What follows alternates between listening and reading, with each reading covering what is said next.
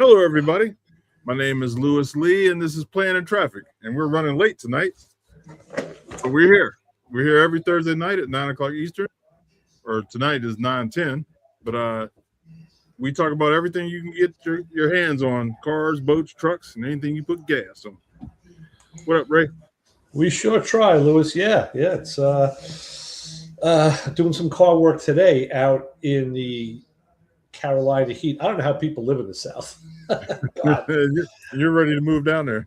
Yeah, it was 102 this afternoon, and back this afternoon at my daughter's house. The cars were in the shade, so it was only 97, 98. But yeah, you get hot fast, real fast. Yeah, you got to get it when you find your house. You got to make sure it has air conditioner in your garage. I'll tell you something. You're right. We were looking at houses yesterday with the real estate, driving all over North and South Carolina, and many of them, you go from this beautiful air-conditioned house into the attached garage, and it's like an inferno in there. I was like, Why didn't anybody just run a duct through the wall? I mean, dude, it's a common wall. I don't know. That shows they're not car people. I'll be making some changes. Yeah, exactly. So, But so that little service thing, I guess, what I wanted to do, my son-in-law said the Volvo that we had given him, the X90, all of a sudden he showed me on the passenger footwell, it was filled with water. He said, every time it rained now, it just filled with water. I'm like, do you know where it's coming from? He says, no. So I thought about it for a minute. I had a windshield put in the car before it came down here. That looked good. And then it hit me that night. The sunroof. And the sunroof. Right. So I go on Amazon. I just watched a video by this guy, Kenny, Wrenching with Kenny. I've had him on Motor Mouth Radio. He's up here he's in Durham, Raleigh, Durham. And he just did a video about snake and sunroof drains. And I've always had a problem because you can't get anything small enough, And he said there was a kit on Amazon.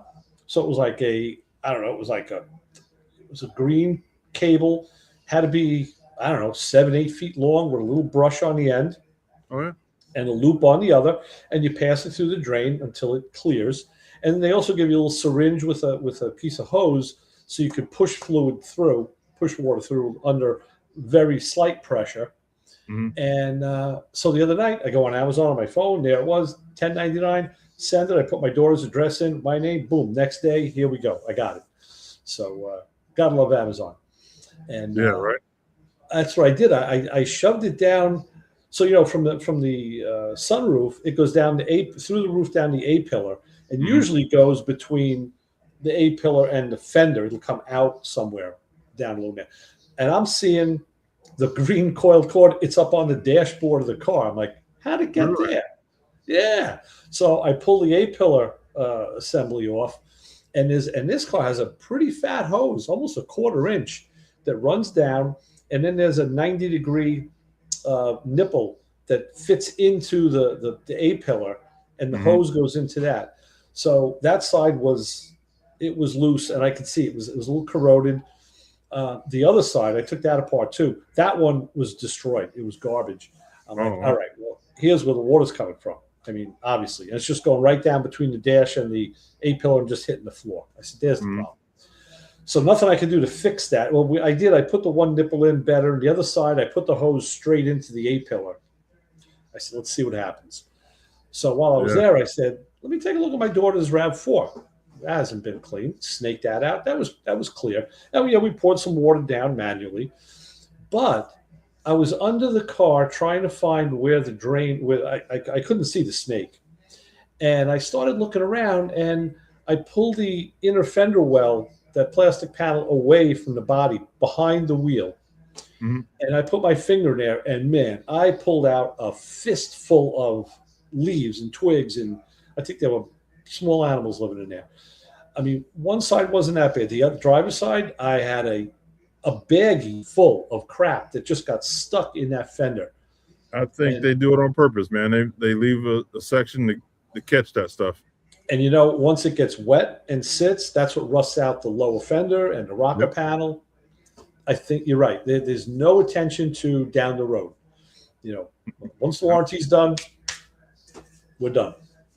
Yeah. They want you to come back and get a new car. Right, exactly. So one of my friends, he was in his trunk. He got a flat one time, and he was taking a spare tire out. I think he had a Cobalt, and he took the little lid off, and it was full of water. And he's like, "Where's Oh all the yeah. water coming from?" And it was coming from his sunroof. Wow. In the back. Wow. Yeah. You know, speaking of that, before we left on the trip, I got myself a rental car. I got another GMC Terrain, same vehicle I had in May. I like it. So I always do my checks. I check the oil, and you know, I check whatever I can. I want to add washer fluid if needed, and then I always check the tire pressures. So of course, tire pressures were off. They always are. But I get to the Space Saver Spare, which it actually has, which you know is supposed to be 60 psi, and it was at 29. Mm-hmm. And I said, "Man, that's not going to be cool on the side of 95." You know, Right. so pump that sucker full of. Now it ends up this thing. I'm driving. I see it's got a check engine light. I talked about this on Sunday. I put my scanner in my Blue Driver scanner. It wouldn't connect with the car, and that thing always connects. So then I put my King Bolin tablet scanner on, and it connected. It recognized the car, but it wouldn't give me any code. It said there were codes, but it wouldn't give me any data. And I kind of remember a friend of mine telling me his daughter had bought a car off a lease or was a rental car, and they put a device right behind the ALDL connector, and that's so they can track the car. Oh, really? And now I know this car has that because I call Enterprise. I want to return this car and get it. I'm going to do it tomorrow. I'm bringing the car back tomorrow, getting a new one, or a different one, I should say. So the woman was asking me, we were talking about locations, and I told her where I was, and she wasn't sure what that meant. She goes, would you mind if I check your car's location? I said, no, go right ahead. I said, what are you going to do? Send a drone, helicopter? What are you going to do? Send an Uber? What do you? She goes, oh, no. I knew the answer. She goes, no, I can track it by, you know, the car has a signal, and that's how they track it. So they can also tell how fast you're going, where you're going, how far you went, you know.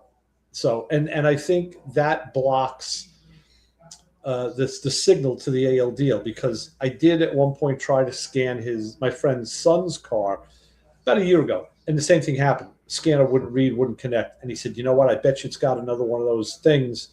My daughter's car had it. I'm like, okay. Yeah. So they're watching. Yeah. And they're sneaking it in there too.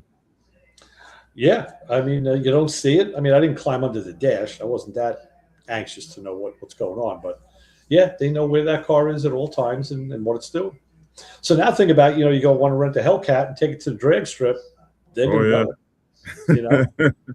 Yeah, they know you're beating it up. You ain't getting away with that. So this thing's got a bad tranny.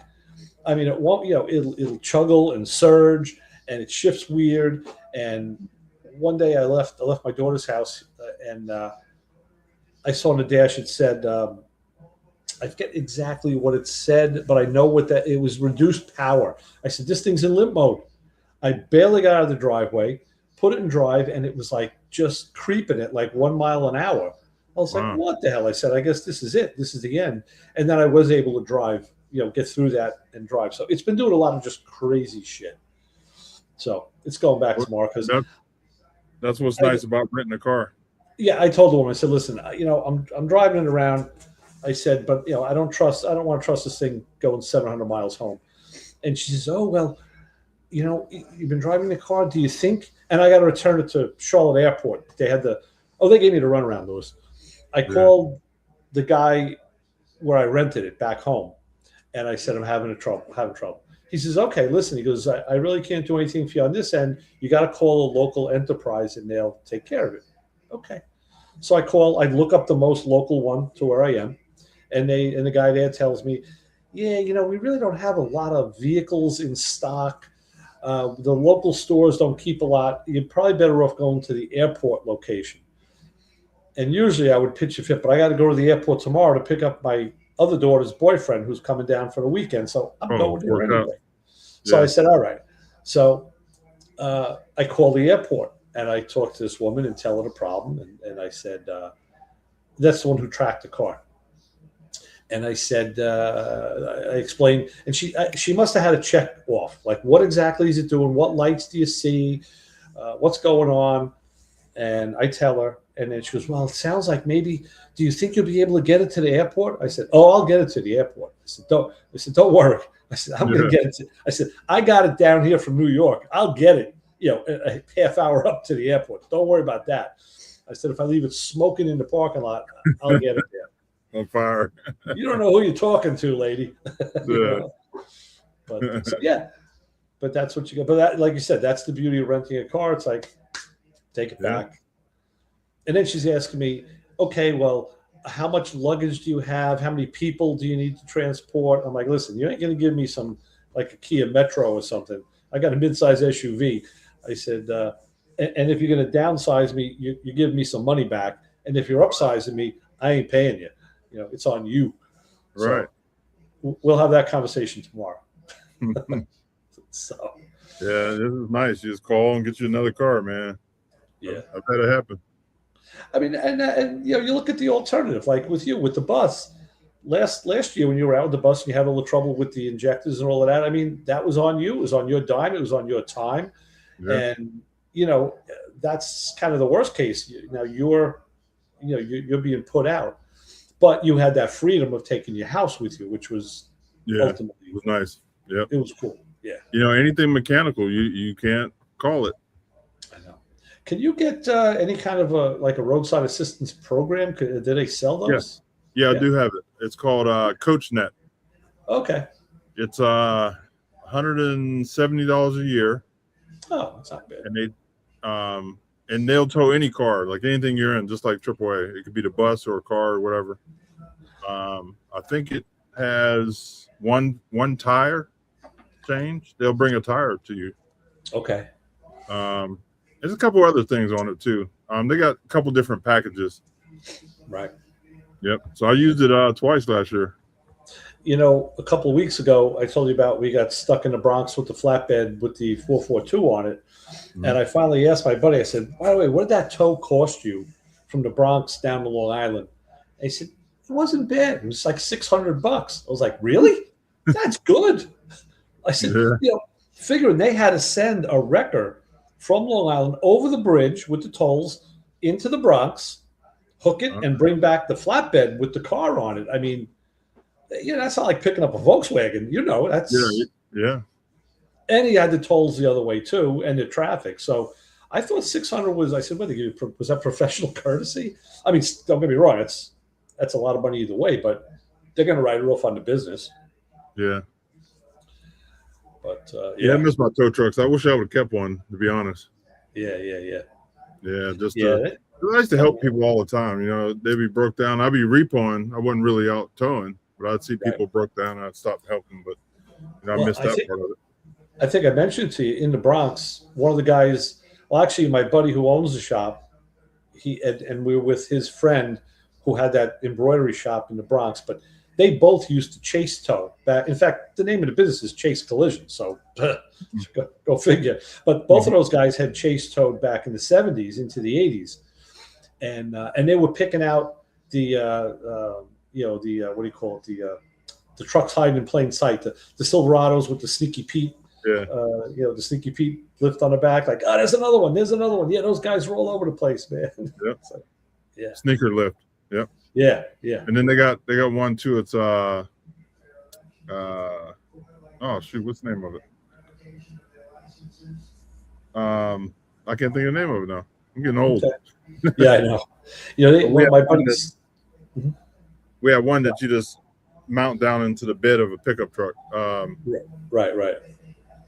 Minuteman, that's what it was. Is that the one though? You have to have the rear tailgate off the truck. Yeah. Yep. Because those kind of obvious. That's kind of obvious what that is. Yeah. These are under the rear. Yeah. I had a sneaker lift too on a Dodge that you just take. It goes up under the bumper and it comes out. Yeah. Exactly. Yeah. I mean, if you don't know what you're looking for, if it's a black truck and that's all black, if you don't know what you're looking for, you don't see it. Yep. So my buddy's son at the shop, Mike Jr., he bought a truck a couple of years ago. It used to run in Starrett City, which was up on the Bell Parkway. It's I guess apartments, and it's I forget what it's called. It's a regular tow truck, like a 3500 GMC tow truck, but it's got the lift where you can swing it out and take a car out of parked spot out of like parked at the curb. It'll swing in and pull it out from the curb. I forget what that thing is called, but he bought it just because it had that. You know, it's like, oh, the Yeah. repo guys love this, man. They can get a car out of anywhere, out of a driveway, in a parking lot. They don't care where it is. They're getting that car. Like, Oh, yeah. That is cool. Technology is crazy. I And- was at a repo conference. I met the guy that created the self loader, where you don't have to get out of the truck. He invented it, and he was telling us how the first time they tried it, he took a regular tow truck and he cut holes in the cab of the truck, and he ran cables back to the arms. Right. And then he put the bars on the lift part, and it had springs on it. So he had a cable on that. So when he would back up, he would pull the cable, and it would drop down. They'd pull another cable, and it would shoot out. And then he'd pull another cable, and the spring-loaded arms would wrap around the back of the tire. Yeah. Pull another cable would pull it up. He said the first time they repoed a car with it, they couldn't even drive away. They were laughing so hard that it worked. I couldn't believe it. So now it's all hydraulic, I guess. It's all It's electric over hydraulic. Yep. Yeah. It works nice. That is so cool. Fast. 30 seconds. You can back up and pull a car out of there in 30 seconds, man. Oh, like I said, I know they can pull them out of a parking spot or anywhere. You know, you got to bury that car pretty good. Well, now I've been watching guys. They take two trucks with them, and most people block the car in their driveway. There's guys who will back up, hook the car behind it, pull it out of the way. Another truck pulls in, snatches it, and they put the other one back. They put These it guys back. they're getting nice. good. It's nice of them to put it back. You can leave it in the street. You know, that's nice. Yeah. Oh, that's cool. That business is still alive and well. You know, it really. I used to watch what was the TV show, the repo show. It's probably about 10, 15 years ago now. I don't remember. Yeah, see, I know all those guys. They were all part of the organization down in Florida. It was called Filar. Okay. They were all members. Yeah. Yep. That was a cool show. Yeah, you still I remember, early on we talked about it, and you said you had known some of the guys, because there were a couple of the guys that I really liked. I liked the personality. You said, yeah, I know that guy. I know this guy. They were cool guys. Yeah. All I missed, the business part of it sucked. Dealing with the banks and they call you every day asking about the same car, just craziness like that. But I miss the actual tow truck backing up, hooking it, and booking it. I miss that part of it, but everything else I hate. Right. Yeah. So you'd be the guy to work for the guy that had the company, and just you do the jobs. Yeah. The business part of it stunk, man. When I first started my company, I was in the office. I was like, I'm done. I was repoed for like 17 years. I was like, I'm done. I'm staying in the office. I'm going to stay in the air conditioner. Man, I was in there for about 2 weeks. I was like, I had to get out of here. Yeah. Isaac just texted me. He said it was Lizard Lick Towing. They're right in Raleigh, just outside of Raleigh, North Carolina. Because when I was looking in Raleigh a few years ago, 4 or 5 years ago, I was looking at the map and I saw Lizard Lick. I'm like, holy shit, they're right here. They're right here in Raleigh. Okay. And I know, remember watching the show, they did have some rednecky people, and you see all the people. I remember when they had to put up the wall. They had to put up like a bulletproof wall because people coming in, they were pissed. And I've seen it at the shop that I'm at. People come in because they don't repo, but they'll do an impound. They'll get an impound call, and which is kind of like the same thing, And people come in and they're pissed, and I say, listen, you got to call the PD or you got to call your insurance company. We just got the job to do this. We didn't take the car because we wanted it. We got called because we're an agent that does this. You got to call them. You got to be pissed at them, not us. I just want my shit out of the car. And sometimes if they're nice or polite, they'll let them take the stuff out of the car, because they realize people could have stuff they need to work. But the people that are just belligerent, they're like, take a hike. So what they did is these people were coming into the office, and it was just like Lizard Lick. So what they did was they said, this has got to stop. We don't want these people within 6 feet of us. So they cut a hole in the outside wall, and it looks like one of those like a bank. It's a one-way glass, and there's like a grill outside with a speaker in it and a camera, so they can see the people, and but they can't see in. And that's how they conduct the business now. There's a slot. They said, listen, you want to put payment in the slot? We'll take your payment, and we can release the car to you. But, it's got to be paid. We give you a receipt. I got Yeah. that kind of money. Oh, well, go get it. So yeah, It's a big industry. People don't realize how big it is. The tools alone, like I had key machines where I could rekey cars, the computers, the reprogram keys, everything. yeah. It's a big business. Yeah.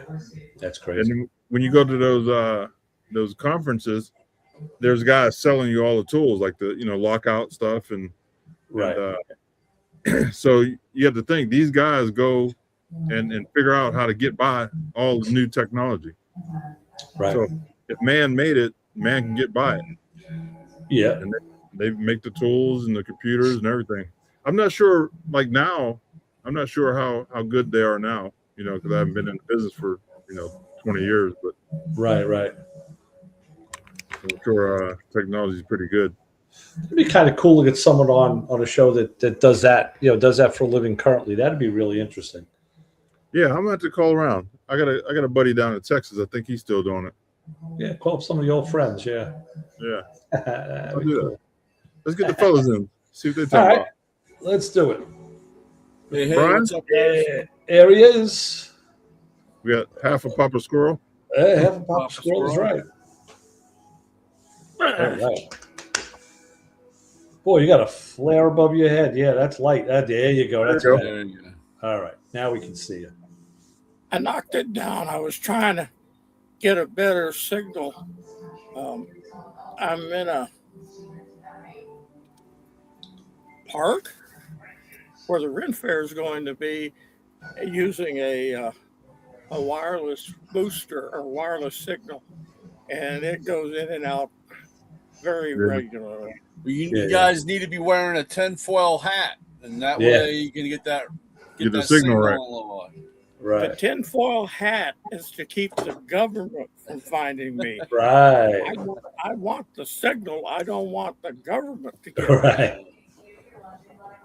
Did you guys ever watch Better Call Saul Oh yeah, I watched the whole thing, every episode. when his brother was locked up in the Wrapped house? in the blankets. Yeah, that was crazy stuff, man. Wouldn't go out. No, had to turn your cell phone outside. You couldn't. No electricity. He was just afraid of any form of EMF. That was really wacky. Yeah, crazy. Yeah. That was nutty. How'd you make out in the heat today, Brian? Man, it is hot, baby. Yeah. Dude, Are you guys getting the smoke down there? smoke? I don't Yeah, know we're about getting- smoke. We're getting smoke from Canada. You are. There's a wildfire. I was talking to a friend at home yesterday, and he was telling me how smoky it was. And I said, "Wow, really?" And he sent me a picture. Let me see. Where the hell is it? Where do I? They usually when we get that smoke coming down, we usually get some really nice sunsets because Right. the color reflects or whatever. And I'll be honest, I really didn't pay attention Right. today. But the heat's just So that's it doesn't really show it on here. Everything is just it has that orange. that Mars look. On the phone, it's much worse. It's totally like foggy and like a sepia filter on it. And he said, yeah, and the air quality was terrible. Anymore. What's that, Pop Squirrel? Because I'm glad I don't live in Montana anymore because we used to get the smoke from the fires in Canada, Mhm. and I'd be on my asthma stuff Yeah. routinely because What the hell's with Canada with these fires? Yeah, that's what I was thinking. They need to change some stuff, I guess. This just happened like, what was it, 2 years ago we had this happen? I remember I was home when it happened. It was like, yeah. Well, they don't talk about it here, so we don't know. It must be Okay. routine up there. I don't know, but They haven't talked about it down here in North Carolina either. I just know because I'm talking to people at home, and, that they're reporting back. So, Yeah, they had a No. air alert or fresh, or what do you call it? oh yeah, smog or fresh air or clean Yeah. air or whatever. yeah, ozone, whatever. Yeah. Unsafe know. to breathe. Yeah. Tomorrow, I think it's supposed to cool off or not be as hot. I think we're done with the heat wave. But I'll be honest, we really need it because, as I say over and over again, the cars will run through anything. Just like your car that went in limp mode. It still ran. Yeah. And the only way that it affects are people want to take it into work. take it in to get work done to it, it has to affect you. Yeah, exactly. The person behind the wheel has to be uncomfortable. Right. So if it's extremely hot and the car doesn't cool right, or extremely cold and there's no heat, other than that, as long as the car moves, the person's going to keep driving it. That's why when they brake, they really brake. Yeah, They just, you're right. You're right. They Absolutely. don't. There's no warning, because these cars will drive until they just stop completely, and then they why is it $5,000 to fix? Because you drove it, Yeah, Yeah. exactly. So, exactly. I really, it's great. Like I said, you got the double-edged sword, or the evil of all evils with technology. It can be really great, but When it's bad, it's bad. That's like, I talked to the rental company, when was it, Tuesday? And my wife was saying, maybe we should just bring it back now. Bring it back. And listen, it's a rental. I said, if it pukes, I don't give a shit. I said, that's when I call them and say, it's dead on the road. Come pick me up and bring me another car. I'm like, Yeah. no, we'll wait. We'll wait it out. It's okay. Yeah. Yeah, and like I said, these when you were talking about that auto auth, AUTH, auto auth, it's a third party that registers your scanner, and that's why they let you know, you go through them. It's like a $50 a year or $75 a year subscription, and you can register when you're a business or independent, but you can register 25 scanners or whatever, and they know when you go in, they know who was the last person in. Okay. That way, it's because, like I said, many years ago, when Chrysler started this, somebody went in and deactivated the auto stop on a car, and they never told the customer. They never told the guy. He went out and killed himself. Oh. And so the family went to sue, and everybody's in there, and finally they realized somebody went through the back door, went in and reprogrammed the system, and this way, this third party watchdog knows who was there and what you did. Right. And I know that next year, I think it is, or coming soon, Ford's had the technology. They haven't activated it yet. Ford, Toyota, Lexus, and there was one more, I think Honda. Basically, it's going to be in there seeing who's in the system. I know for a fact on some Fords, some new Fords, brand new, even at the dealer, when they go in, they have to register, or they get to go in and let them know every little thing what they're doing. I mean, this a lot of these cars. I know GM has it. My wife's Ford has it. It's got its own internet. It's got its own. This does too. This car is a mobile hotspot. Yeah. Yeah, it's got its own hotspot, and like I said, that's how it communicates. They'll tell, hey, I'm low on windshield washer fluid, or hey, I need air in my tires. It will tell you what it needs. Well, someone should have told this place that the Space Saver Spare had 29 pounds of air in it, not 60. Well, that would have been nice. The one thing, like, because of the way this is, or how it is at the moment, you just turn it off. I mean, it's like, my wife was like, I got tired of the car talking to me. It's like, dude, go find somebody else to talk to. And she just turns it off, Right. But these cars, and I know, I always think it's funny because I'm in the truck and I'm a little higher, like when you pull up next to a Tesla. Yeah. And they have that big screen that they're watching, right? And you can actually a lot of people have it on satellite, I think, so that they can see their car and what's around them. And it's always funny seeing my tool truck on their picture, because it's a satellite picture. I mean, it's going on, and those cars, like I said, they have their own internet, and they have cameras everywhere. Yeah, and the thing of it is, of course, we're getting to that point. I think what's his name you had on the show last week? Carl Anthony. Yeah, I can't believe the name slipped. But Carl, like he was saying, these cars, when you go and get of course, the Germans are always into this stuff. You go get a car, and you're like, well, you want heated seats, you can pay for this. Now it's a la carte, and Right. these Right. they're looking for. It's bad enough that they keep you from working on your car, and it's bad enough they prevent you from working on your car, but now they're looking for extra income for a service or whatever. Eventually who's paying for that internet, or who's And like paying for that server? Well, and like I said, let's fast forward 20 years, and someone buys one of those cars used or out of someone's backyard, and they want to power it all up. They're not going to be able to power those features up. There's no, you're going to call a dealer 20 years later, and they're not going to be talking to you. Right. So you're going to have, maybe a base level, highly optioned car. I never, I mean, I had to do it on a few of them, and we had certain situations where, you had to open up a box and do some resoldering. We had,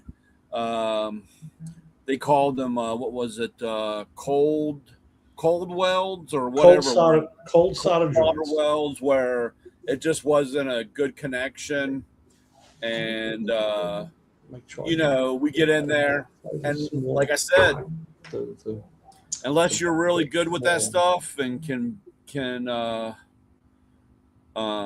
work around it, these cars are going to be really hard to find, electrical components and parts and pieces for. Right. And I wonder.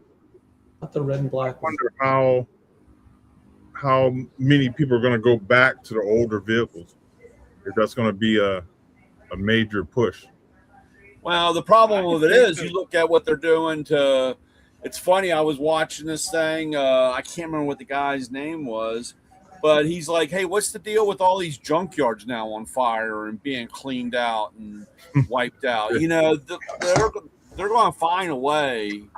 Oh yeah. I mean, it's going to get to a point where I joke about it a little bit, but I tell people, "Hey, man, if you're going to keep this car around for a while, you might as well go ahead and jump on Rock Auto, or if you have a good parts supplier, you might want to buy a couple of sets of brake pads and maybe a couple ball joints, because I don't think you're going to be able to find it. We're going to be like Cuba, taking pieces from one car to another and trying to make it work. I can't fathom that, but the way that the things that I've seen now, it's like you would never think it'd be so hard to get a set of brake pads for an F-150, right? And go through, or have to wait for something stupid. So I don't know. I don't know really. I don't know how much we're trying to blow out of proportion, but I just know that. But it was never hard to go into a store and buy an oil filter and oil filter and an air filter and some oil for a car without going to two different places.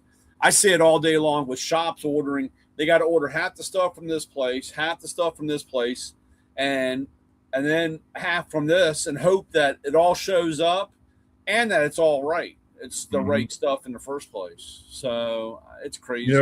I think the whole COVID thing was part of this. It seemed like a lot of industries were testing things to see if it'll work, if it not work, and nothing's been the same since. Yeah, I know that there's, it's funny, you'll come across something. And I don't know if it was with Obama or whatever. Like I said, I don't want to really turn this into a whole real political thing. But when they sign stuff to help, let's say, to help manufacture, and say, oh, well, you only need to keep supply for 10 years, and that's your limit. You don't have to worry about fixing something later on, or only, you build something for 5 years. That's why, you break, your wash machine breaks and you can't find a part for it because they didn't have to carry parts for it anymore. Right. And you're like, well, was that a big deal, or what's, so it saves them money.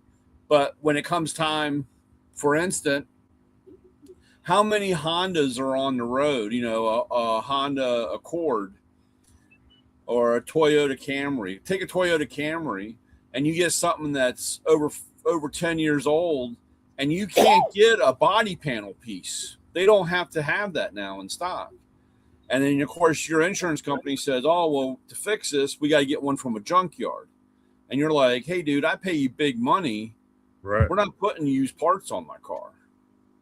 Well, that's all there is. That's crazy, isn't it? And then you take back a couple of years ago, they passed a law about it was a computer noise, or I can't remember what the actual thing was. But all the, you take a battery charger. I used to sell a heavy duty battery charger for like $200. But because of the noise pollution that was passed, and of course, again, there's technology involved in this.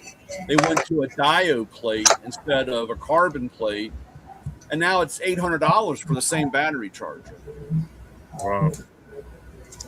And because of noise, welders were hit with that. All that electronic noise, it was a pollution thing, and that was signed and acted. People are like, oh yeah, it sounds great, but then they wonder. I mean, they just don't look at the ramifications that it has. You're saying when they went away from the transformer machines?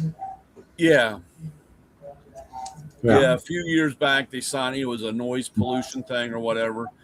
And like I said, I got guys now, they said, man, I want a battery charger. I said, okay, here it is, $1,000. And they're like, what happened to the $200 one? I said, dude, they don't make a $200 one anymore. So 1979 is gone. Yeah.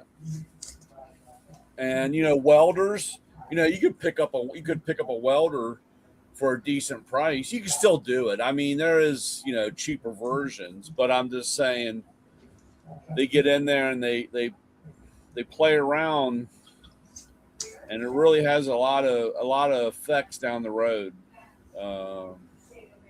And I hadn't heard that there was some pollution issue. Yeah, it was because of noise. It was harmonics or noise or. Who was claiming that? That was it was California. Florida and California. I don't know who signed that. Like I said, I don't want to really stumble into it because I don't have my notebook. I had to hide my notebook so in case I get caught, they don't have the secrets. Right. I gotcha. Secret plan. So I don't know. I mean, I could be wrong, and we all just we could all be dreaming right now. This could, I don't know. We could roll out of bed. A dream. It's a nightmare, not a dream. I tell you, man, I've been sleeping too long. I don't know, man. I don't think I've ever slept this long for this. I got me some vanilla fudge cookies, so I tell you, my dream. If this is dreaming, I want to stay asleep for a while. Yeah. Let's finish this. So, Papa Squirrel, I heard some rumors that they're trying to outlaw vintage cars on certain days or certain months or something. Minnesota. Minnesota's pushing it real hard right now. Are they? They're getting a lot of pushback though. They suspended it. They did suspend it. I watch there's a lawyer guy. So what was it? Steve Leto. Yeah, it's Lehtto. Yep, he had a thing on today. Yes. Yep. He's very, very good. He covers stuff all over the place. It's stuff that pertains to all sorts of different things too, not just cars. Mm-hmm. He's very good. But yeah, they kind of push back, and this is kind of ridiculous. These cars get 10% of the use, if that, from all the other cars. It's like there's no need to restrict them. I think one of the first places of what he was saying was, I think it was in Michigan, because that's where he is in Michigan. I believe so, yeah. and they had something about it was a very similar law a couple years ago, and they did change one word, or they changed a sentence in there saying that from Memorial Day to Labor Day, or Labor Day to Memorial Day, that was considered, that time period between those two dates was a event date, so Yeah. it fell in specs. But as he said, man, we had a really nice day in March, Yeah. late April, and I drove my car. But he goes, of course, for me to, this is the catch-22. He has regular tags on his old cars, Right. so he could drive his car anytime. Mhm. But if you had your historic tags on your car, you're limited to what you drove because of what the tag. That's because they pay less for those historic tags, Right. and that's why they're trying to keep them from driving them all the time. Right. You're not supposed to drive them all the time. Yeah. Being historic, Because you of the just drive rev, them. they say, he came out and flat out said it was a revenue thing. Right. That's You bet. why, revenue. And that is, of course, again, it just takes, I know none of us are perfect, and we all want to beat the system, that, and then of course, what drives me crazy is when I'm sitting there at the light and I see a Ford Escort or Taurus that has historic tags on it. And I see the guy every day driving the car because he's paying nothing for the tags and nothing for the thing. And, granted, like I said, you have this, and then of course it's just, I don't know, like a knee-jerk reaction, because now everybody's a bad guy. So they got to punish everybody over. Oh yeah. See, in New York, you don't have to have historic plates. You get. I've been a Haggerty customer for 40 years. So, and I would never get historic plates. I actually have to pay a little more for the plate, but I think the fee is less when you re-register. And I didn't want to brand myself, so I always kept regular plates. But I had classic insurance. Mhm. And back in the 90s, after I bought my 96 Impala, probably after I bought the 95, I had my insurance agent on the show. And I asked him, it was maybe a couple of years later. It was a few years later. And I said, we were talking about driving cars like that and restrictions. I said, well, how about this? I got a 95 Impala SS. I said, I consider this a collectible car. Many other people do too. I said, would Haggerty cover this car? It's not 25 years old, though. And he said, surprisingly, he said, yeah, we will. He says, because we know that falls into the collector car realm. But more importantly, our research shows that the people that have our insurance, they're not taking you're restricted. You can't use it as a work vehicle. You can't take it to the mall, leave it unattended. And he says, we know people aren't doing that with those cars because they care about them. In fact, most of them, he said, we found that the more leniency we gave people, the less they used them. Because we're getting, they can see, I guess they can get DMV records and check, like every year with an inspection, they log the mileage. And you can see that some cars get 100 miles a year. Some cars from guys who know people get maybe no miles a year but they get inspected. That happens too. It's a weird thing that happens. I don't know how they do it, but so they said, yeah, we'll let you drive it. We'll let you use it because we know you're going to take care of it. He says, yeah, there may be one or two people who's going to abuse that. He said, but we'll end up catching up with them if we need to. We're not worried. Yeah, that's the guy. That's the guy that cracks it up in the racetrack. You know what I'm saying? Well, yeah. I mean, that's like I said. Like I said, none of us. We all walk in the gray area. Oh yeah. I mean, we always have one foot in the gray area. It's just they just allow how much of a gray area we're going to have. So And when I got the FJ, I called them and asked if they would put that on a policy. And it was a younger guy. And he said, well, I don't know. He said, I said, well, listen, it's kind of a kitschy, collectible kind of an SUV truck. I don't even know what to call it. I said, people definitely take care of these things, and they go up in value every year.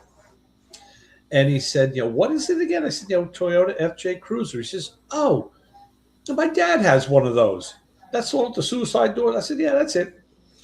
I said, listen, every time I get gas in this thing, people are always asking me that, and they stop me on the street. What is it? Where'd you get it? Tell me Why about are you it. driving that baby Hummer? Right. And he said to me, my dad said the same thing to me when he takes it out, which isn't often, and gets gas. People are always asking him. So he says, hold on a minute. He went, I guess he talked to a supervisor, and he came back and he said, you know what?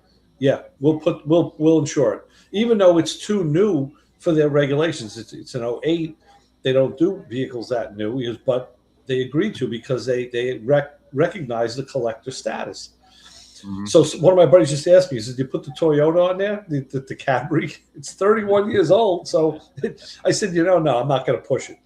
I said, I think I pushed it with the FJ. I'm not pushing it with the. Although, like you said, Brian, they probably would. Tell them, look, it's collectible and it's mint. Yeah. I don't know. Somebody's close. Yeah, just put a Fast and Furious sticker on it, and they'll insure it. You know what I'm saying? Yeah, so, JDM or race car stuff. Put a big wing on it. So I was in Walmart today, and I saw this Hot Wheels kit. It was a Corvette. It was a C2 Corvette, and it was a heavy box. It was pretty big. And it just showed there was a couple of windows on top with different wheels, tires, and options. So I guess you can. It was it was $50. Yeah, it was build a block. That's their version of Lego. So you build the car, and it was about this size. Yeah. Yeah, it was pretty big. That's my mouse pad tonight. Yeah, the build a blocks. $50. Actually, it's a set of Legos. So you build the car, and then it also came with one small Hot Wheels of that car. Oh, okay. And let's see here. Next week is the big drop for the C10, the Supra, and maybe the 87 Audi Coupe. I don't know, but I know the. Actually, here, hold on. The C10 is a collectible thing now. Oh, those trucks are hot. Yeah. What's happening, Isaac? Not much. I tried to make it on last week, but I was on a booster club call, and that it went a little longer. Actually, I didn't get a notification about it, and I was getting ready to sign on with you guys. And I got a text message. Where are you at? The meeting's live. So I know if it was 102 here today, it had to be crazy by you. Oh yeah, that's it. This is the hot one. This is the Honda Civic. Yeah, that's it. And these are like virtually impossible to find. Wow. These are on the tool truck. I don't sell tools. I sell toys. But you have two choices. You have the stock version, or you have a race car version. Oh, cool. Because it has different wheels. What do you sell those for? And these are $39. That's a bargain. Like I said, the one I saw was smaller. $50. Yeah, the one that you had the one that you saw was a I don't know if it's 1/8. Yeah, it's 1/8 scale. It's a bigger model. This is like 1/24. Okay. This is like only 8 inches. The one you had were 10 inches. Okay. Was like about 10 inches, 11 inches.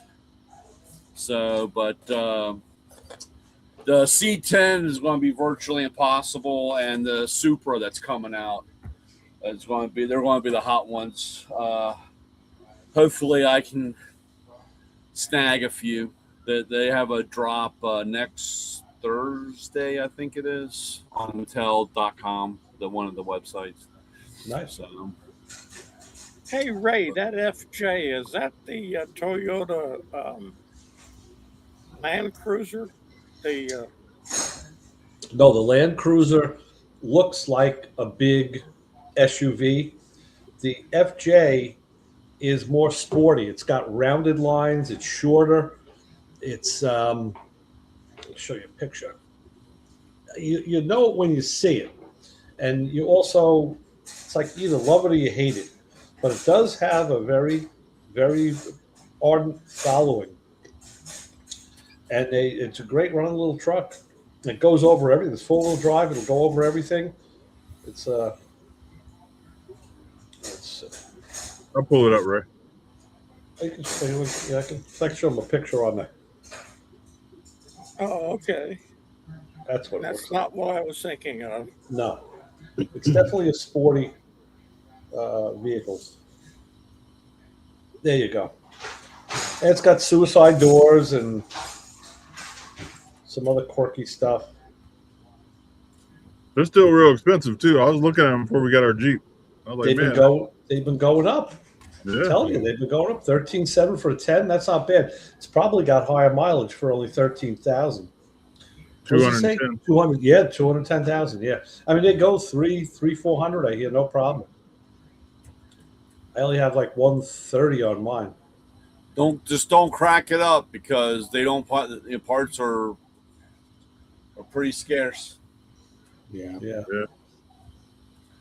There was one sitting in the body shop that I went to, and it sat there for Popsicle, that's how the doors open. They all open. You go like straight through. That's so nice. But the problem with that is there is a problem. There is a problem with that. If you have people in the back seat and you're going somewhere and someone in the back wants to get out, the front passenger has to unbelt and open their door before you can open the suicide door in the rear. But no one's jumping out on you, so that's good. You know? So if you're doing like street grabs or kidnaps, they're getting out. And then getting out. Yeah. Yeah, I had a shop that had one that was cracked up and it had twisted or it had bent the axle. It had bent the rear axle rear end. It bent the whole rear end. And man, they waited and waited. And finally, I guess somebody finally did some, remember the old days when you had the interchanger parts books? I guess somebody finally realized that you could, if you found this year truck, you can get the I think a lot of parts interchange off the Tacoma and the Sequoia with the FJ because the chassis, the platform is the same. It's the 4.0, the VZ, what is it, 4VZE, same 4-liter engine they use in the other trucks, probably same tranny transfer case. It's probably all the same. So, but it took a while, and like I said, it just, again, like I said, you got something that there wasn't a lot of them made. There's not, and trying to find parts for it can be a pain in the butt. Me and my buddy at the shop, we used to watch before I had it. We'd always call them out, another FJ. And then we noticed when the fall came, the FJs went away. Like, where the hell did they go? It's a 4-wheel drive vehicle. These things it's like a mountain goat. They would disappear in the winter, and they would come in the spring. We'd see them back on the road again. I said, son of a bitch, people are putting these things in the garage in the winter, and they're not driving them by us, where there's snow. And when I come down here, I've already seen about 8 or 10 of them. There's a ton of them down here in the Carolinas. I see them everywhere down here. So that's because there's no salt on the road. Yeah. They do get rusty chassis. Yeah, there is a lot of rust. And some of them, I've seen a lot online where the body is beautifully, interior is mint, and they have really heavy rust underneath. And luckily, mine isn't that bad. And every time I get it on the lift, I'm always spraying it with some, encapsulating paint. It's not bad at all. But so it is a collectible vehicle, just witnessed by the fact that its price has been going up every year. Yeah. I sure looked at them. I was like, ooh, I wish I had his money. Oh yeah, they're nice. Well, they're nice, I got to, but- and I got a deal, Lewis, like we were saying before. Mine was impounded. So I have a salvage title on mine, unfortunately, because it was impounded and went to the local PD.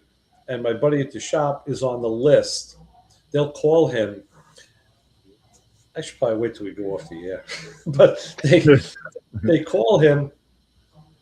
The cars that get impounded, I guess the person gets a chance to pay the fines and take it back. And this guy like racked up 1,000 tickets. He was bad. They were watching it. They just kept ticketing it. But the car's supposed to go to auction. They'll auction them off. But there's another list in the town, and if you're on that list, they'll tell you about certain vehicles before they go to auction in case you might want to purchase them outright. And I guess he told them a couple of vehicles that they were on his list. Like call me when you get one. And the FJ was on that list. So they did. And he went and looked at it, bought it. I don't know what he paid for it. But he flipped it to me for a fair price. And I said, yeah, I'm under market value. Not a problem. And like I said, the only problem was I had to get a salvage title because the owner still had the paperwork on it. So, But I did talk to one of my buddies, one of my auto crime cop friends, and I said, so what's the ramification? I know nobody wants a salvage title. He said, listen, just be able to prove why it has it. So obviously if it was a flood vehicle or a total, or you bought it out of a junkyard, those are the ones, even sometimes stolen recoveries, they get really beat up or stripped. He says, those are the ones people think twice about. He goes, but yours was an impound because of tickets. He said, so there was no damage. There was no anything. He goes, so I asked my buddy, I said, can you get me paperwork to show that? And he did get me the paperwork. So if I have to do that guy that I sent you that lien guy, that lien title guy? Oh, yeah. He'd probably be worth a phone call because he could probably clean that stuff. I mean, that guy, a lot of people use that guy. And you know what I found too? I found out that in a town where this happened, now the town changed their rules.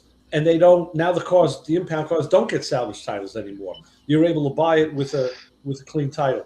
I'm like, damn, I was just like a couple of years too late.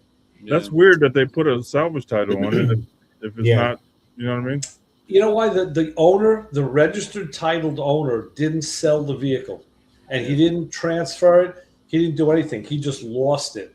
So it has a good owner on record that it's holding a title somewhere. Well, but here in Ohio, when we would repo a car and the bank wouldn't claim it or the people wouldn't claim it, I would file for unclaimed title, and I'd get a clean title. Yeah. Oh, okay. Yeah, out here, what they do is abandoned title, and I would imagine that whoever's auctioning it would do the abandoned titlement first, and that way, especially if it's a tow yard or an impound lot of some sort, and then that way when they auction it, they have a clean title to give to you. The other thing that I've heard that they do out here is it's a mechanic's lien title, I believe. Yep. So, and again, it's just based. You didn't. In fact, I think my cousin, I don't know if he lost his Blazer that way or he was on the verge of losing it, but he had a bunch of work done and then he never picked it up, and then it got to where he couldn't afford to pick it up or something like that. And last thing I heard was they were giving him a chance, so he may have gone and picked it up. I don't know, but I know that the last thing I heard was they had said, hey, we're about to get it titled and sell it. Well, that's how I got the title on my Fiat, because again, the original owner had the car in his driveway. He gave it to my nephew who lived across the street, who gave it to me. And I said, okay, we just got to get the title from the guy. And the guy said, yeah, he was going to leave it in the car. He didn't. So we just said, okay, listen, drop it off across the street. And he didn't. So finally I said, okay, I filed for a replacement title, paid the fee, but it of course went to his address because it's titles in his name. And he still never left it across the street or told my nephew that he had it. So after a while, I'm like, all right, this guy is just a a kook. So my buddy at the motorcycle shop had a guy, and he said, "Listen, we do this, with motorcycles. We need to get a title where it didn't exist." And this guy took some information, cost me $350, and I got a file that's about 3/8 thick with a path that this car took through this mechanic's lien in my name. And I went to all the places listed, and like some of them were just houses or storefronts. Like, I don't know, but it washed. It washed. And because it had a good title, I guess there was no theft report. The car wasn't on any databases or whatever. Lo and behold, I got myself a clean New York title. Yeah, I did that with one car too. The guy, and then later in life, I found out that he just needed some cash, and then he was like come back saying that he still had the title, and he was like give me my money back, type thing or whatever. And I just being a technician or being a mechanic, I just put a mechanic's lien on it, and that's kind of how I did it. Back in the old days, that was like, that was nothing. Of course, today, I guess because of everything more movable. I mean, you could, like I said, you could buy a car on the internet from California to here. I guess, now it's like, a 30 or 60-day wait because they got to make sure there's no lien. Actually, a funny story about that. My Super Duty, my F-350. So, it was paid off. It was 15 years old, and when I sold it to the guy, I had the title. I had the lien title on it. We have two color titles here. We have a red one and a green one in the state of Maryland. And red means that money's owed on it. And then, of course, when you're done, you get a green one saying that it's, paid for. And I couldn't find that title. And so when the guy went to the MVA, or when he went to get tags for it, they said, well, we need to have the, Maryland, because he was out of state when he was down in, I think, Kentucky or whatever. He worked up here, but he lived in Kentucky, and they needed the right title. They said this title, we need a green title from the state of Maryland. So I went through all this stuff. Of course, I had to call the Ford Credit and tell them I needed a lien release on the whole thing, because it was just like I said, it was just a mess. And I said, I don't understand the big deal. It's a 15-year-old truck. Why, And they said, well, it could still be, it could have been third-party use. Somebody could have traded in at CarMax and still had a lien on it. The way things are, a bank could still own something on, even though we know that you're telling us it's free and clear, but we have to check that out. But that was a mess going through getting all that lien work done. For them to do it, but it ain't like the easy day when you paid $6 $6 for this and $25 for a title. Now everything's $300 or whatever. So right. They changed something here in the last couple of years that it might be more than the last couple of years, but anyways, you used to be able to. So if you sold me a car that wasn't running or it needed work, you sign the title over. I could go down to the motor vehicle department and get a transfer of title, and that's it. It's done. With our Chevelle, when we got our Chevelle, I just went up and got that transferred over, and it won't drive. I still need the motor and whatnot. Well, as of recently, we went to do that, and I forget which vehicle it was, but it was the thing was, we were like, I'm going to do some work on it. So before it won't pass emissions. So before I do all that, just get the title transferred over, and then I got a little time to work on it. And they said no go. They said we don't do that no more. They said you have to get it through emissions. You have to get it through emissions and then bring in the emission paperwork with the signed over title. Then we'll transfer the title over to you. Or if it's not going to pass emissions and right now it's going to sit while you work on it, you have to make an appointment and take the vehicle down to the inspector, let the inspector look it over, which I'm sure has to do with they want to look at the VIN and all that and check to see that the VINs match. And that's the only thing I can think of, other than they also don't want you having a car sitting in your backyard for 6, 7, 8, 9, 10, 15 years. Yeah. So Well, that's like, back in the day, you bought a car and you take the receipt, you took the thing down there and only paid $200 for it, and you paid the taxes on, or the thing. Of course, here in Maryland, they did away with that. It didn't matter if you bought it for $50 or it was given to you. They got the blue book value out, and it was all about again, it's all about revenue. So, because again, you had people that would buy the Corvette for 10 grand, and they tell them, I only bought it for $2 or $100 to pay no tax on it. And, again, the state didn't make no difference. They just had estimated value or blue book value and paid the taxes on it. So it's all about revenue. Yep.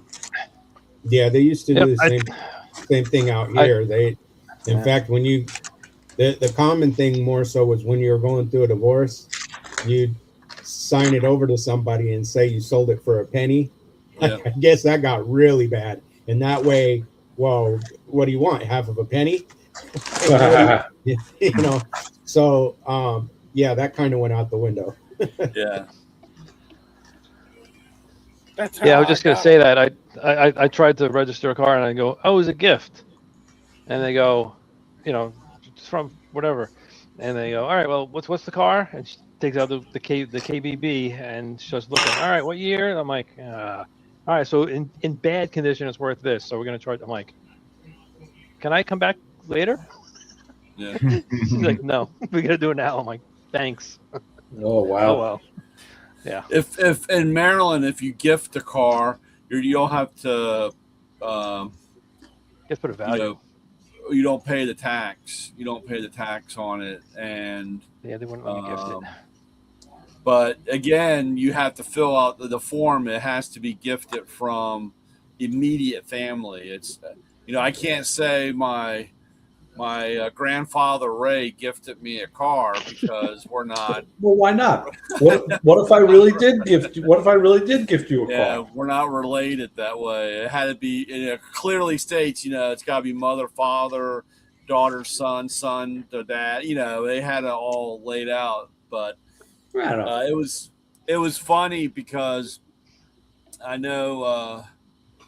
The only thing that really changed from the last time we gifted a car and so forth, like we transferred the tags and everything over, so it wasn't real. Like I said, this time when we gifted, they wouldn't let us transfer the tags. We had to get new tags and everything. So, like I said, that was your daughter's car, right? You just went through that. Yeah, when Molly gifted me her car, and it was like, this is crazy, because she still had a year and a half on her tags, and I said, well, can't we transfer these tags over? And they said nope. And I said, now I will admit, or the nice thing about it was Molly did get a check for the refund, for the tags, because it wasn't, but again, I had to pay for 2 years or, the price for the tags.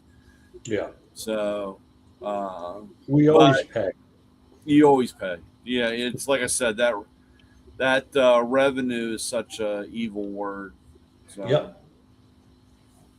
But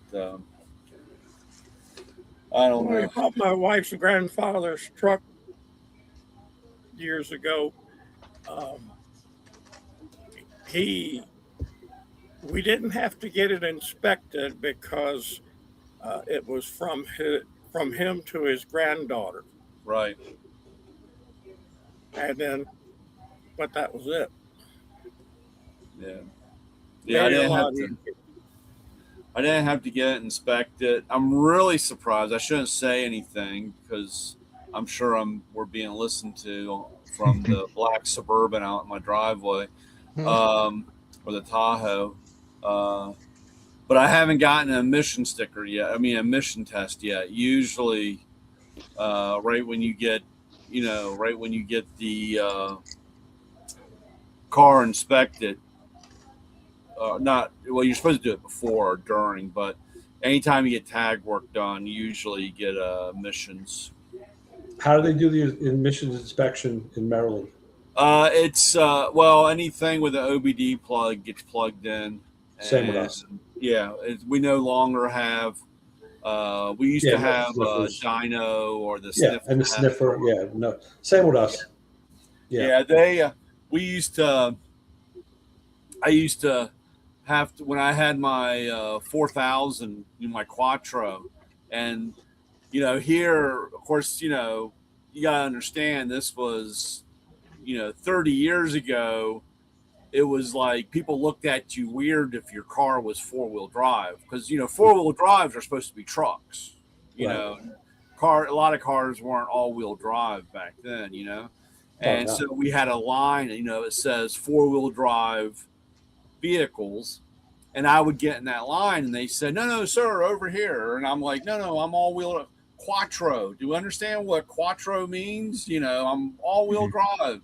And they would argue, and they would want me to go in the other line, and and I was like, "Well, don't blow my car up because on the dyno or on the roller, it's just the front wheels." And they're like, "Oh, this can't go on here. You have to get back in that line." And I was like, "You idiot," And of course, the biggest problem was with that car because the radiator was off to the side, and the fan would go in the front, and the car would always overheat, because the fan, and I'm like, "Can't you move that fan over?" And they would say, No, it has to go here. And I'm like, No.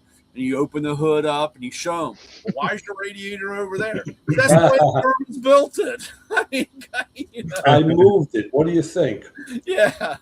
I'm trying to, so that car was always fun, but like I said, it was always funny going through trying to, get that when I had to go through emissions on that. Once it got to the 20 year or 25-year mark, I didn't have to do that anymore. Yeah, now it's got collector status.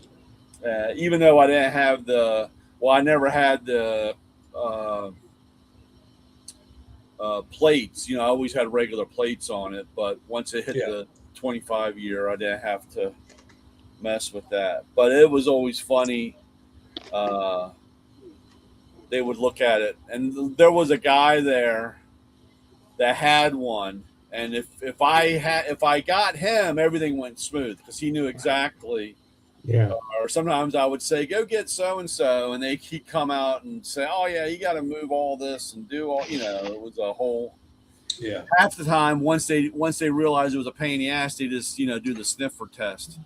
They go over and stick it up the tailpipe, and that was it. Instead of the dyno. Yeah, I remember when they had them down here in Florida. I had my Cyclone, so I would go there, I'd pull up on the dyno, and she's like, "All right, pull up," and she's all right, put in gear, and I had the rear tires on the dyno. I'm like, "I can't. It's all-wheel drive." Like, "Well, can you take it out of all-wheel drive?" I'm like, "No, all-wheel drive. It's not four-wheel.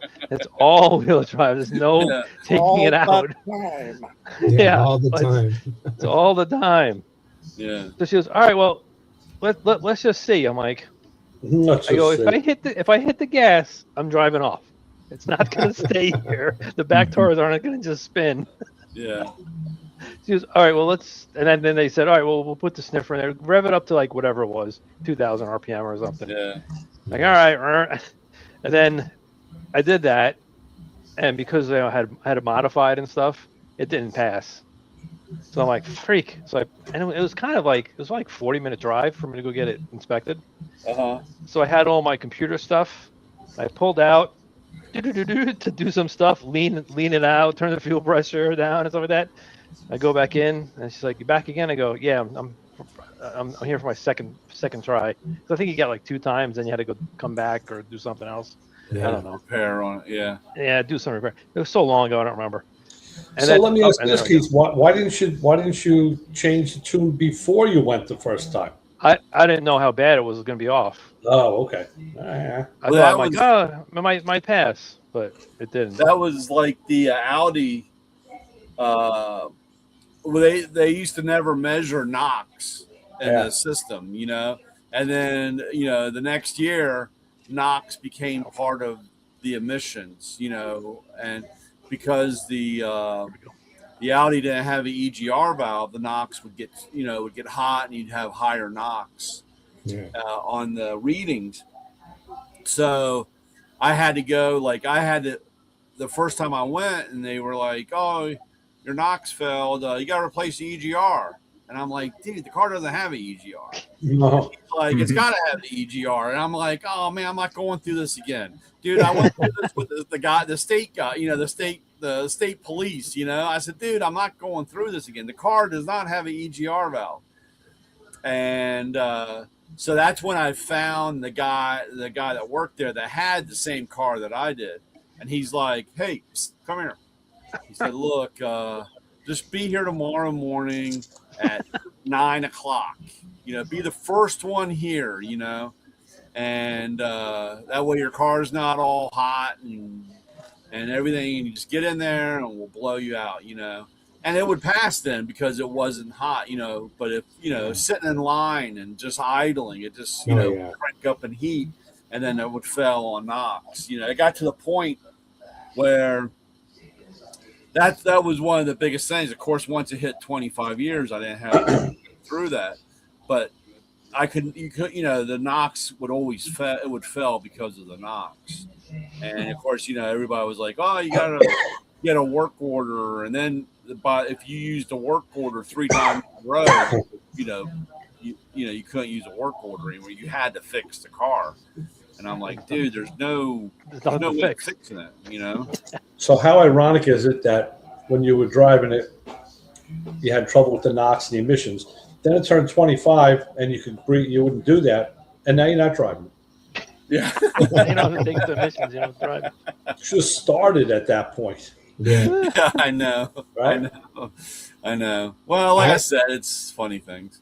Here, I always, before I go through, I hit the freeway and I go up to Marana. I go probably, I don't know, 10 miles up, however many exits up, and just open it up, get off the freeway, turn back around and come flying back. And the emissions place closest to me is right off the freeway.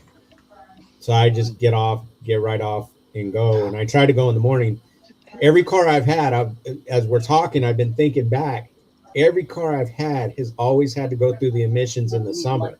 So anything that heat would affect, I got to go early, and I'm screwed because it's so hot here anyway. But I was thinking about it. I've never had a car that's had to go through in the spring or the winter, and which it would be so nice, but because of course when you're driving down the freeway, still you've got the AC on, so you're still kind of putting a drag on the motor, But now 96 and newer, I don't know how it is where you guys are, but 96 and newer, it doesn't do the sniffer here. They just plug in the OB2, so I've had a couple of cars that we just plug in, like my daughter's 4Runner, that's one, but in the past I've had a couple that just need to get plugged in. But the last couple of years with the Honda and stuff, we've had to do the sniffer test. So it's probably been about, I think the Focus was the last one we had that plugged in. So it'll probably be this next year when we have to take the Challenger through. It'll be the first time we've had to, we just do the plug-in in probably 8 years. So that'll be nice. But yeah, the same thing. I'm proud to say that only 2 out of my 7 cars need to get an emissions test. The rest of them are all safety only. It was funny. I remember everybody said, "Oh yeah, trying to pass." You dump 2 bottles of rubbing alcohol or whatever, the isopropyl Yeah. and fucking car smell all funny driving down the road and everything. Oh, people used to use acetone. Yeah. Yeah. I've Not heard of- like guaranteed to pass or cataclean. Yeah. I've heard people using Everclear. Oh boy. Yeah, there was a guy that went to my dad's church that I don't know if he had the 4-cylinder or the 6, but he had a S10 and it would not pass for nothing. And it was actually the pastor of the church that was like, "Hey, I knew a state police officer, and he showed me this thing with Everclear. I guarantee, but you got to get the mixture right." And they dump Everclear, and he'd pass. If he didn't dump the Everclear in, it would not pass. Yeah. I don't know how true or how it worked, but you're always afraid that it wouldn't pass, So you're sitting there like dumping all this shit down in the gas. You just wonder if it really is helping or making it worse or whatever. Yeah. What was it, Barbara's? We don't have any inspection at all. You could drive anything in Ohio. Yep, Nice. same down here. You don't have to have doors, nothing. Nope. You don't need any. Leave the hood off. Doesn't matter. All different size wheels, whatever you want to do.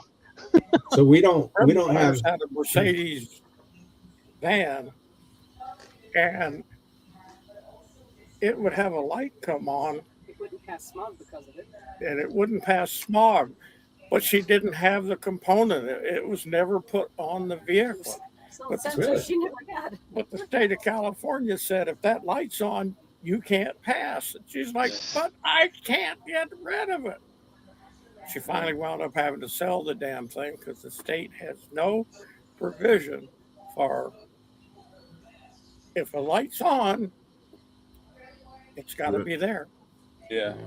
Yeah, that's the same here. Like if the check engine light's on, they won't even look at it. And even if it goes through the sniffer test, if it's not the plug-in test, yeah, simple. It'll pop and tell you whatever. But I know of a vehicle that the check engine light, and I don't know why, but the check engine light would come on, and it was OBD1, so it would take the sniffer test. But if you take the plastic off of the gauges and then you stick a black piece of electrical tape over the check engine light, they don't notice. And that vehicle passed. Yeah. That's funny. But Yeah. but if that tape wasn't on there, when they'd look in and say, "What's the mileage?" They'd see the light and they'd say, "Hey, is that the check engine light?" "Yeah, we ain't testing it."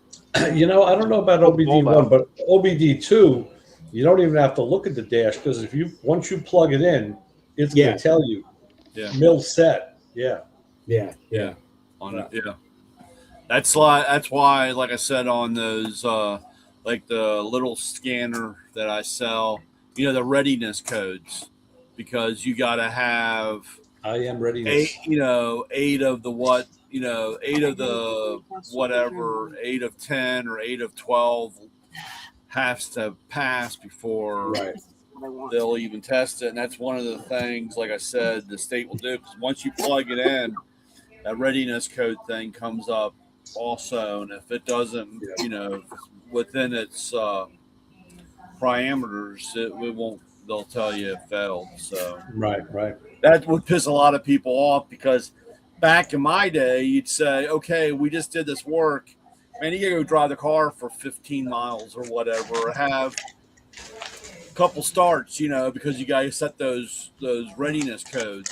You got to set the monitors. You gotta set the monitors. And of course, we were right next door to a emission center.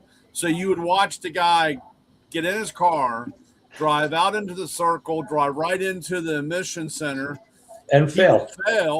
and then he would come back and bitch, and you're like, dude, I told you to go drive the car, and you had to start it. This is And he goes, well, I just paid all this money and it failed. And I said, well, with these readiness codes, or you had to get this monitor set. And then, of course, the service writer would get mad because, after that, they said, is this car ready to go? Nope. Tell them to pick it up tomorrow because you had to go out. I had to go out and do it because if not, they just jump in the car and go right next door, Right. And they're like, why are you holding my car? You told me it would be ready in a day. I was like, well, dude, you can't follow directions. You can't follow rules. I said, you're just going to have to wait. So I'm taking it home tonight. yeah. Go the long way. Yeah. Well, shit. It'd be like the time I got called in the office and say, hey, Brian, why does this car have 875 miles put on it? I don't know. And they find out we only had like 2 security cameras. This is back in the day when the world was safe. We only had like two security cameras, and it was a 911. And so it was like Friday night, about 9:30 at night. You can see on the camera, you can see the lower half of this car drive, off the lot. And then Monday morning, real early, you see the car driving back on the lot. And so they later determined that the cleanup guy took it to Ocean City for the weekend. Oh, really? That guy wasn't very happy. The guy had, I don't know, the guy put like 600 miles or whatever on the car. Wow. We had, Did he get fired? yeah, like I said, it was, of course I get called in the office because I worked on the car, and we had this little, when they hired you, usually the shop foreman, or if you had I had a helper, a guy starting, you would have to show them that we had this little 2.2 mile track, or it was laid out. So the test ride, when you got done work on a car, all cars, they made a big deal. It was supposed to have 2.2 miles on it, because when you left the dealership, went on your road test, you came back, 2.2 miles. That was it. And so this guy, I get called, hey, how come this car has, whatever it was, 600, 800 some miles on the car? And I was like, I don't know. I said, here's my sheet where, here's my RO where it had 2.2 when I got done with it. Yeah. And they determined the guy took the car out to the beach for the weekend. He was big pimping. And then they added more cameras. Well, like I said, that slowly came as the world wasn't safe anymore. But, it was kind of funny. One of my buddies worked at a car dealership, and he was the security guard. So he decides he wants to take a brand new vet for a ride. So he takes it out. He goes to take it back in, and somebody came in, so he couldn't bring the car back in. So he kept the car for like a week. Oh, geez. So he's driving around like it's his. So they finally caught up with him, and they got him for unauthorized use. Oh, yeah. We had so one night. So this was funny. One night, we had phones at our toolboxes, and one night it was kind of late. It was almost closing time. My phone rings. I'm still working, and phone rings, and it's the owner of the dealership, and they go. Is anybody driving? This is when the A8s came out. The A8Ls, the long version, pearl white. They were like the first year that most of them were pearl white because that was their big thing. And they go, hey, who's driving the A8? And I said, nobody is. I mean, I don't know what you're talking about. And he said, oh, well, I'm behind one of them. And so, call the police and blah, blah, blah, and so forth. And what happened was they actually stole the tag at the Chevrolet dealership, a dealer tag. And the guy walked in, pretending to be a salesman, asking keys for the A8 and drove off the lot with it. And it so happened the owner is driving down the road and sees this A8 driving down, and so we were able to recover the car fairly quick. But that was kind of funny that the luck of that. Can you imagine, owning the dealership and you're driving down saying, this isn't a normal car driving around. They were brand new. They wasn't that, they were brand new and really weren't out yet, driving off. So yeah, no one wants to take an old one. Oh no, well, we had a lot of interesting characters with those cars being driven off.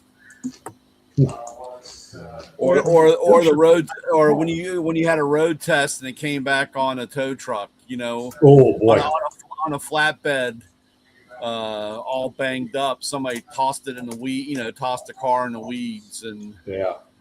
that was fairly interesting. Yeah.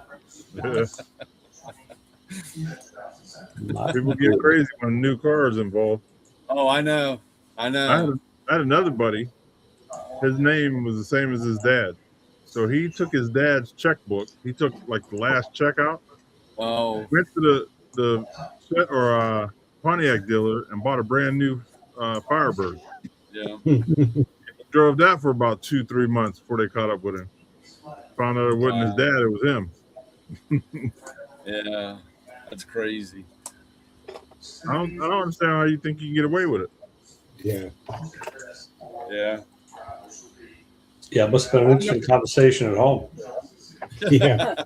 Oh, it had to have been. Well, they knew he Yeah. was an idiot, so I'm sure Yeah. they're kind of used to it. Yeah, they paid for it. They knew they were paying for it. Yeah. Yeah. The good old days, the things we got away with. Yeah. Yeah. Not my friends. They all got caught. Yeah. Yeah, even painting the garage a different color. Yep. Still got busted. Yeah. Still got busted. There you go. I'm going to jump ship. Okay. Next week, I think I got a, I can't think of her name. I don't know. I'll remember when I get off. But I got a guest next week. Nice. All right, guys. Be safe. Ray, when you going home? Not till next week. Okay. Yeah, Tuesday, yeah. Okay. Well, be careful if I don't talk to you before then. I will. Thanks, Luce. All right, guys. Talk to you Take later. care, Lewis. Hello. See ya. They've been keeping you kind of busy, haven't they, Coach? Because I haven't seen you on this for a couple of weeks, I think. We're still alive. Yeah, we're still live. Yeah, we've been doing summer workouts, and We can fix that. we